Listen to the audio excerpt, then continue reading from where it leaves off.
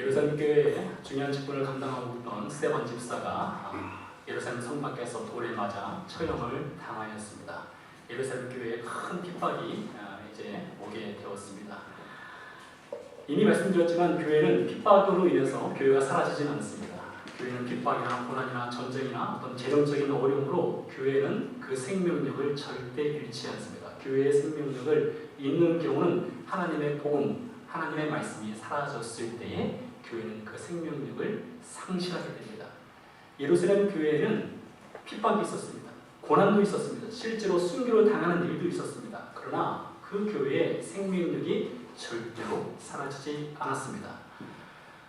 스데반 집사가 죽을 때에 그 옷을 지키며 증인이 되었던 사울이 직접 나서서 이제 예루살렘 교회 신자들을 잡아서 옥에 가두는 일에 앞장서게 되었습니다. 그로 인해서 예루살렘 교회에 있던 많은 신자들이 뿔뿔이 밖으로 흩어지게 되었습니다. 여기 중요한 의미가 있습니다. 우리가 생각하기에 예루살렘 교회는 정말로 건강하고 멋진 교회였습니다. 참으로 복음이 증거되어서 많은 사람들이 구원을 받았습니다. 내 것을 여기지 않는 무슬교회, 그리고 서로 나눠주고 구제하는 그런 아름다운 성도의 모습도 있었습니다. 7 집사를 세울 때에 정말로 어려운 상황 가운데 있는 이들을 세워서 교회 사역을 감당할 수 있도록 했고, 사도들은 자신들이 취할 수 있는 권한을 다 내려놓았습니다. 참으로 멋진 모습입니다. 그런데 예루살렘 교회의 치명적인 약점이 하나 있었습니다. 그것은 바로 복음이 그 안에만 있었다는 것입니다. 예루살렘 성 밖으로 복음이 흩어질 줄 몰랐습니다. 그래서 하나님께서는 예루살렘 교회 안에만 있는 그 복음이 성 밖으로 나아가도록 하는 방법으로 스데반 집사가 순교당하게 하는 사건을 일으키셨습니다. 스데반 집사가 순교를 당하자 예루살렘 교회에 집중적인 핍박이 오게 되었고, 그것이 계기가 되어서 예루살렘 교회의 신자들이 뿔뿔이 흩어지게 되었습니다. 우리가 읽지는 않았지만 사도행전 8장 4절 이하에 보니까 뿔뿔이 흩어졌던 예루살렘 교회 신자들이 가는 곳곳마다 어떤 일을 했느냐, 그 흩어진 사람들이 두루다니며 복음의 말씀을 전하였다라고 기록이 되어 있습니다. 따라서 이 핍박을 통해서 예루살렘 교회에 머물고 있던 그 복음이 성 밖으로 나가서 유대와 다른 지역으로 퍼져 나가게 되는 중요한 계기가 되었다는 것입니다.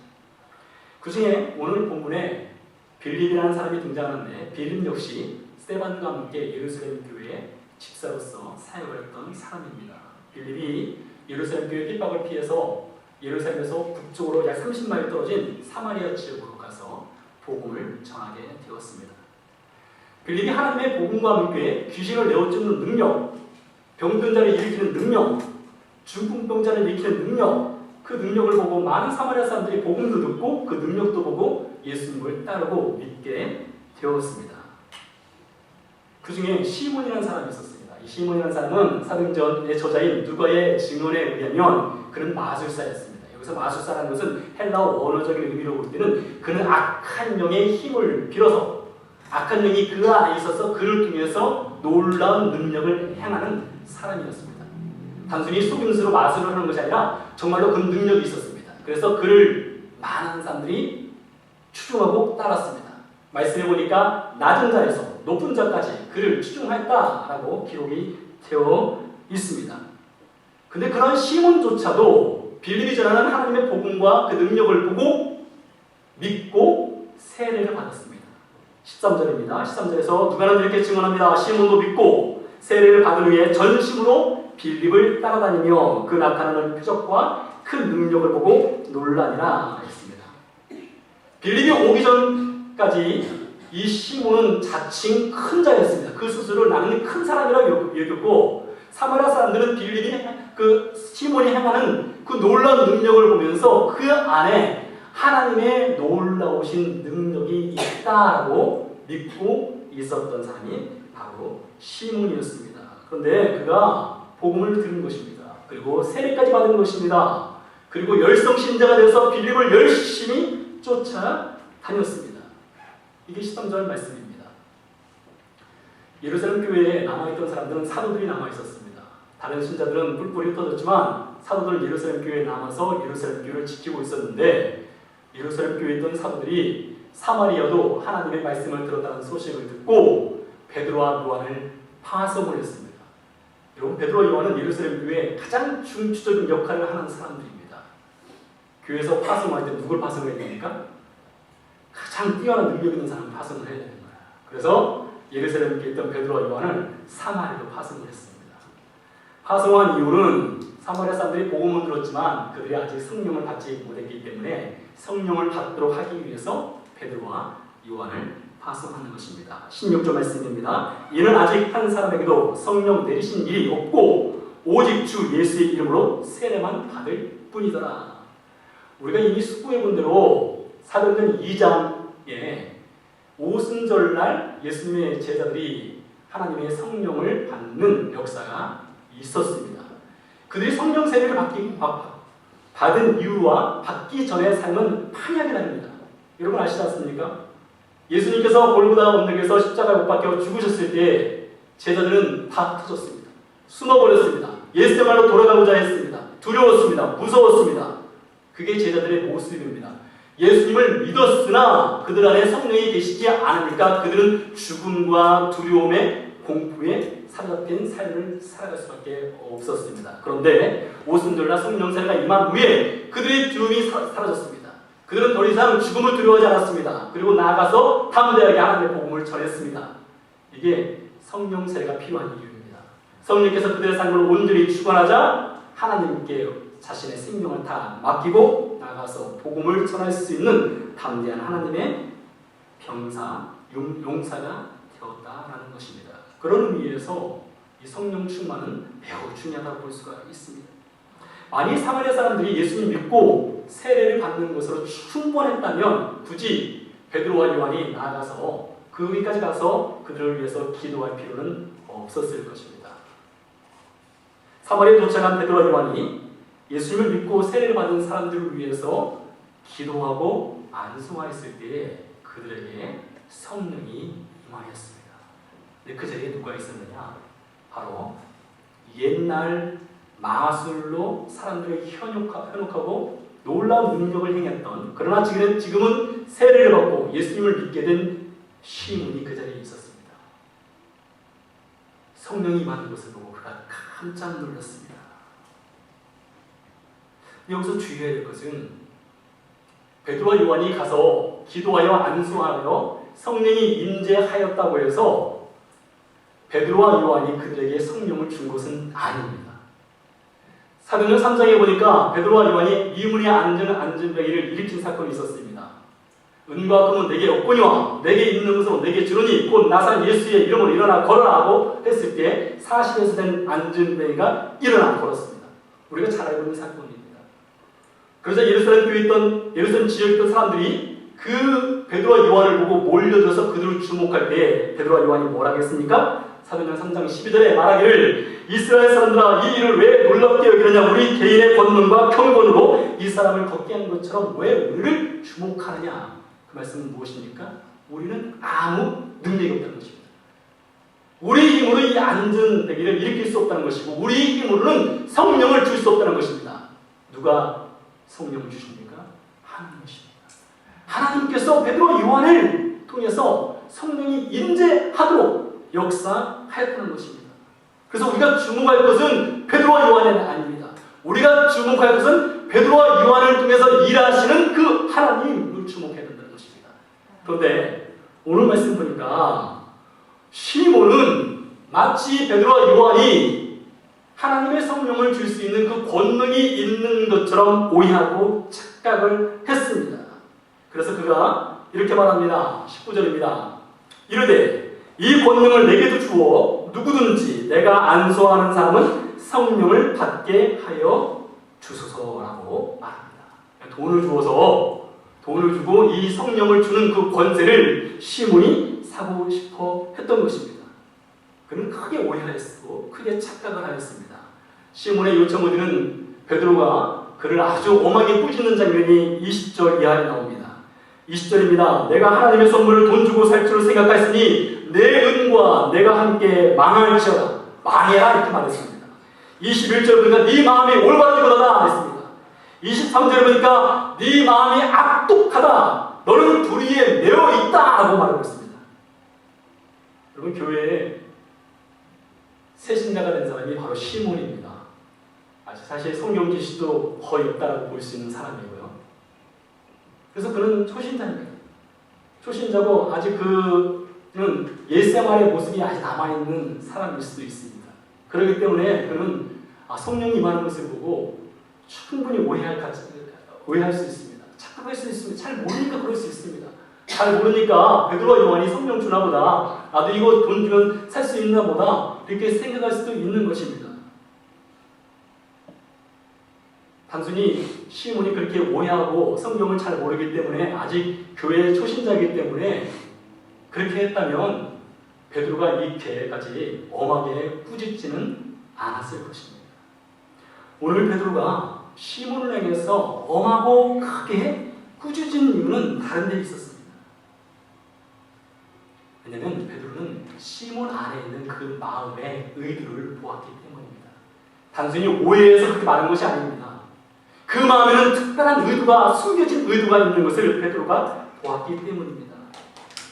빌립이 사마리아 오기 전에 말씀드린 것처럼 시몬은 어떤 사람이었습니까? 스스로 말하기를 나는 큰 자라고 말하고 있었고, 그가 스스로 말했지만 많은 사람들이 정말로 그를 큰 자로 여기고 그에게 하나님의 능력이 있다고 하고 그를 열심히 추종하였고, 그는 정말로 마술로 놀라운 일을 행했던 사람이었습니다. 빌립이 복음을 전했을 때 그가 믿고 세례를 받았으나 그는 여전히 어떤 사람입니까? 악한 영에 의지해서 마술을 행하던 옛 생활을 버리지 않았던 사람이었습니다. 그는 여전히 사마리아에서 큰 자로 불리기 원했습니다. 사람들의 주목을 받고 추종받기를 원했던 사람이 바로 시몬이었습니다. 그는 자신에게 있지 아니한 능력을 빌립이 갖고 있는 것을 보았고, 그는 자신이 수여하지 못했던 그 놀라운 능력을 베드로와 요한이 행하는 것을 보았습니다. 그래서 그들이 갖고 있는 그 권능을 돈을 주고서라도 사고자 하였습니다. 왜 그렇습니까? 더 큰 자가 되고 싶었기 때문입니다. 더 많은 사람들의 주목을 받고 자신을 추종하는 사람들을 더 많이 얻기 위해서는 그 능력이 필요하기 때문에 돈을 주고서라도 그 능력을 사고자 하였다는 것입니다. 그에게 복음이나 성령의 능력은 돈을 버는 하나의 수단이었습니다. 자신을 더욱 큰 자로 만드는 도구에 불과했습니다. 그런 이유로 인해서 베드로가 말한 것입니다. 너를 보니 네 마음에 악독이 가득하고 불의에 매인 바 된 자다. 이로 보건대 예수님을 믿었다고 고백하는, 그리고 세례를 받았던, 열성적으로 빌립을 따랐던 그 시몬은 믿는 자가 아니었습니다. 겉으로는 그리스도인입니다. 그렇지만 그의 속마음은 여전히 악한 영에 사로잡힌 사람이었고, 자신의 명성과 더 많은 돈을 받기 위한 수단으로 복음과 성령의 능력을 사용하고자 하였던 사람에 불과하는 것입니다. 여러분, 사마리아의 그 시몬의 뒤를 따라서 그와 비슷한 삶을 살았던 많은 사람들이 있습니다. 그래서 실제 사전에 시몬을 따라서 살았던 사람들을 지칭하는 용어가 생길 정도였습니다. 그 용어가 바로 사이머니라는 용어입니다. 이 사이몬이라는 용어를 사전에서 찾아보면 성직을 매매하는 사람들입니다. 단순히 성직을 매매하는 것이 아니라 돈을 들여서 어떤 권능을 얻고자 하고 사고자 하는 그런 사람들을 지칭하여 사이몬이라고 부르는 것입니다. 중세기 시대에 교회의 타락을 주도했던 사람들은 바로 이 사이몬이었습니다. 성직을 매매했던 사람들이었습니다. 그들은 성직을 매매했습니다. 십자군 전쟁을 치르기 위해서 자금이 필요할 때에 성직을 매매했습니다. 교회 건축을 할 때에 돈이 부족할 때에 기금을 얻기 위해서 성직을 매매했습니다. 사이몬이었습니다. 심지어 그들은 죄를 용서해주는 문서를 만들어서 판매까지 했습니다. 그것이 바로 면죄부입니다. 1504년 면제부 판매에 열을 올리던 한 수도사가 있었습니다. 저 같은 목사라고 할 수가 있습니다. 그 사람의 이름이 요한 테첼이라는 사람인데 그 사람이 남긴 설교문이 지금도 있습니다. 그 일부분을 제가 한번 읽어드려 보겠습니다. 면제부, 즉 죄를 용서하는 것이죠. 면제부는 하나님의 가장 고귀하고 소중한 선물입니다. 나는 여러분이 범하려고 하는 죄도 이미 용서받을 수 있다는 내용이 담긴 차인적인 문서를 드리려고 합니다. 이 면제부가 사하지 못하는 큰 죄는 결코 없습니다. 이 면제는 산자뿐 아니라 죽은 자의 죄도 사할 수 있습니다. 여러분의 부모와 친구들이 지금 저 무적행 바닥에서 외타게 울고 죽고 있는 소리를 듣지 못하십니까? 지금 여러분의 동전이 부모를 구해낼 수 있습니다. 동전이 뱃속에 떨어지는 소리와 함께 그들의 영혼이 여기에서 벗어납니다. 여러분은 저들의 영혼을 낙원으로 인도하기를 원치 않습니까? 라는 호소력이 넘치는 이 설교를 통해서 많은 사람들에게 면제부를 팔았습니다. 이게 바로 사이먼입니다. 시몬의 길을 걸었던 사람들입니다. 1000년이 지나도 1500년이 지나도 제2의 제3의 시몬과 같이 큰 자가 되기 위해서 돈을 벌기 위해서 복음과 성령의 능력을 수단으로 사용했던 그런 사람들이 있었다는 것입니다. 그렇다면 오늘날 교회는 그런 사이몬이 시몬과 같은 사람이 있지 않을까요? 안타깝게도 교회의 민낯입니다. 오늘 현대교회는 사도행전 8장에 시몬과 같은 사람이 참으로 많이 있습니다. 이들은 믿음을 고백합니다. 신앙의 간증도 있습니다. 열심도 있습니다. 그러나 그들이 교회를 다니는 본질적인 이유는 시몬처럼 큰 자가 되기 위해서입니다. 자신의 옛생활을 버리지 않습니다. 교회는 그들의 삶을 풍요롭게 하는 하나의 수단에 불과합니다. 교회가 비즈니스를 위한 시장일 뿐입니다. 교회에서 사람을 만나는 이유 역시 사업상 목적을 위해서 만납니다. 교회에서 얼굴과 세상에서 얼굴이 전혀 다릅니다. 하나님에 대한 두려움이 없습니다. 부끄럽게도 교회의 직분을 얻기 위해서는 헌금을 드려야만 교회의 직분을 얻는 경우도 있습니다. 장로가 되려면 혹은 권사가 되려면 교회의 일정 금액의 헌금을 헌신이라는 목적으로 드려야만 교회의 직분을 얻을 수 있는 그런 상황도 있습니다. 목회자들은 교단에서 돈을 뿌려가며 금권 선거를 통해서 자리를 차지하기도 합니다. 사마리아의 시몬처럼 오늘날 복음을 이뤄가는 교회, 진리의 푯대를 이뤄가는 교회, 그 방향성을 잃고 난파선에서 표현하는 그런 교회들이 있다는 것입니다. 또 다른 사이몬이 시몬의 모습을 보고 있다는 것입니다. 이게 오늘날 우리가 처한 현대 교회의 일부분의 모습입니다. 전부가 그렇지 않습니다. 아주 극히 일부분입니다. 그러나 여러분 기억하십시오. 암이 발생할 때는 암이 처음부터 큰 덩어리가 된 것이 아닙니다. 아주 작은 암덩어리지만 그 암덩어리가 점점 몸 구석구석 퍼져나가는 것입니다. 극히 작은 일부분에서 벌어진다고 해서 그를 무시하거나 그를 외면할 수 없는 이유가 바로 그것에 있습니다. 그렇다면 우리는 사마리아의 시몬처럼 살았던 그 삶, 그 이후에 시몬의 길을 걸었던 이 사이몬이의 삶으로부터 여러분과 저는 자유스럽습니까? 저는 그렇지 않다고 생각합니다. 시몬이 돈을 지불을 하고서라도 얻으려고 했던 그 권능, 더 큰 자가 되고자 했던 것, 옛생활을 버리지 못하는 그 삶, 저와 여러분 그것으로부터 정말 자유하십니까? 우리가 그리스도인으로 불리는 그 본질적인 증거가 과연 무엇입니까? 말로 예수님을 믿고 고백하고 세례를 받았다고 해서 우리가 그리스도인으로 불릴 수 있는 그 본질적인 증거가 그 안에 있습니까? 아니 저처럼 오랜 기간 동안 신학을 공부하고 또 선교사로 사역도 하고 목사 안수 받고 자칭 타칭 그리스도인이라고 부르기 때문에 그리스도인이 되는 것입니까?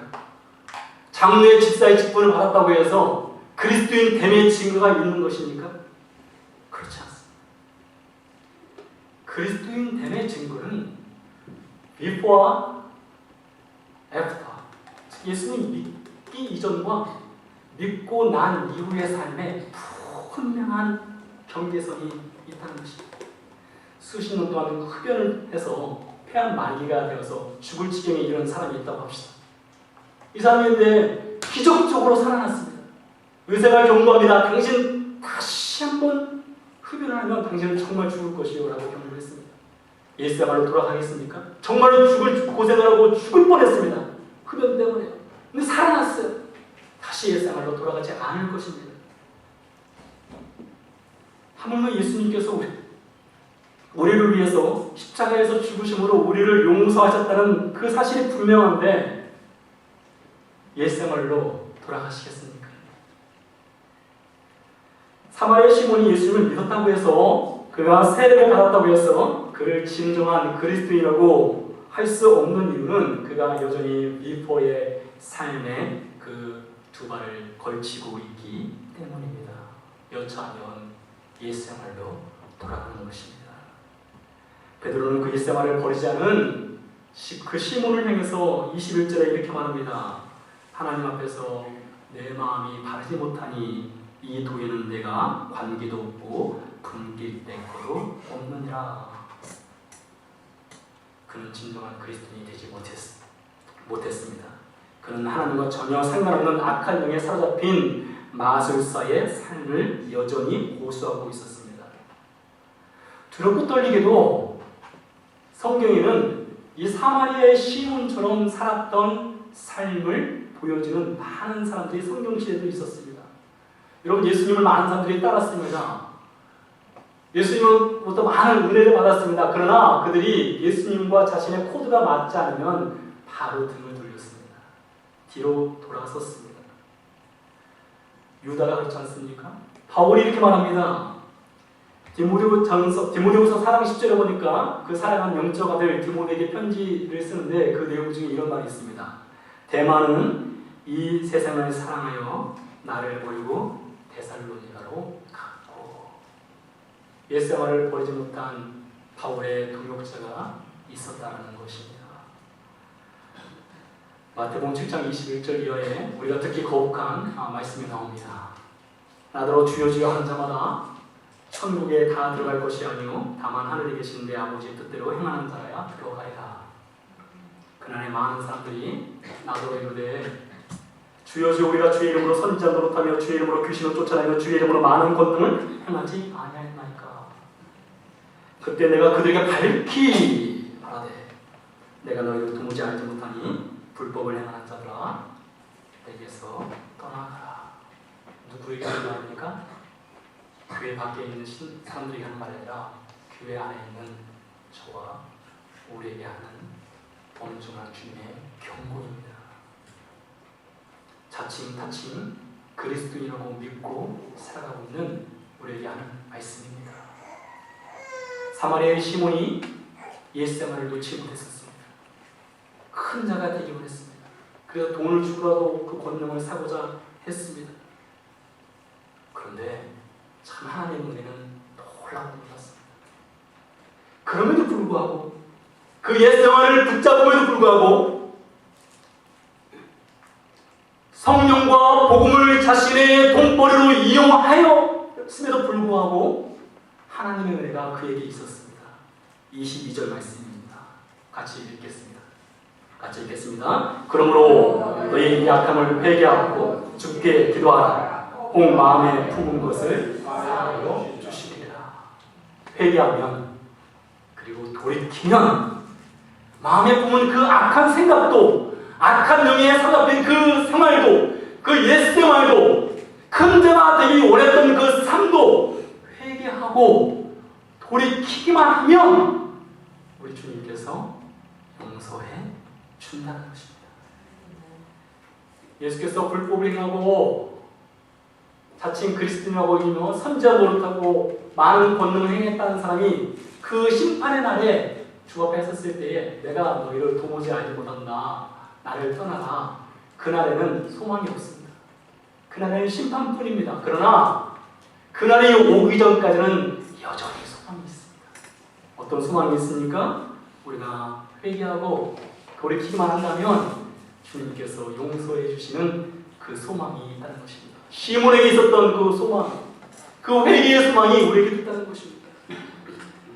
여러분 잘 아시는 말씀입니다. 누가복음 15장에 탕자 이야기를 읽어보십시오. 탕자가 아버지의 유산을 미리 받아서 떠났습니다. 허랑방탕했습니다. 모든 걸 다 잃었습니다. 참 성경 이야기가 놀라운 것은 탕자가 떠난 그날부터 아버지는 무엇 하십니까? 성문 밖에 나가서 먼 길을 바라보며 그 아들이 돌아오기를 기다렸습니다. 언제부터요? 그 아들이 떠난 그날부터. 언제 돌아올지 모르지만 그 아들이 돌아오기를 기다렸어요.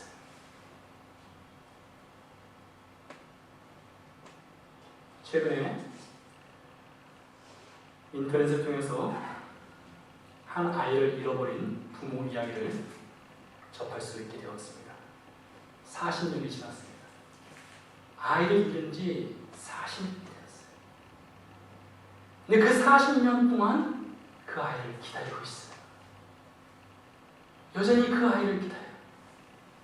근데 아이가 이제 자라서 성년이 되었지 않겠습니까? 그래서 그 아이의 그 성인이 된 모습을 어떻게 표현할 수 없으니까 그 아이 사진과 그 부모의 사진을 같이 만들어서 팜플렛을 만들어서 돌리고 있는 그 부모의 모습을 인터넷을 통해서 접할 수가 있었습니다. 떠난 날부터 돌아올 때까지 우리 하나님 바로 그러신 분이십니다.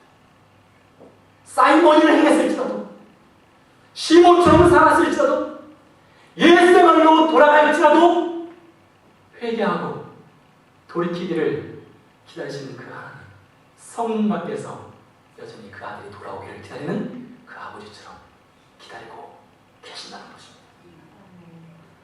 여러분, 그리스도인됨의 증거가 여러분에게 있습니까? 과연 무엇을 가지고 우리는 그리스도인됨의 증거를 내어 보이겠습니까? 여전히 옛생활을 붙잡고 있습니까? 회개하고 돌이키면 그것이 바로 그리스도인의 됨의 증거입니다. 큰 자가 되려 했습니까? 큰 자를 버리고 낮은 자가 되려 했다면 그것이 바로 그리스도인 됨의 증거입니다. 무엇을 얻기 위해서 교회가 돈벌이가 되고 교회가 비즈니스 현장이 되고 교회와 복음과 성령의 권능이 나의 삶의 유익을 위한 수단과 방법이 되었습니까? 그것을 버리셨다면 그리스도인 됨의 증거가 됩니다. 여전히 옛생활을 버리지 못하셨다면 오늘 이 시간이 그 사이몬이 사마리아의 시몬의 삶을 버리고 등을 지고 돌이켜서 회개하고 주 앞에 돌아올 때입니다. 기도하시겠습니다.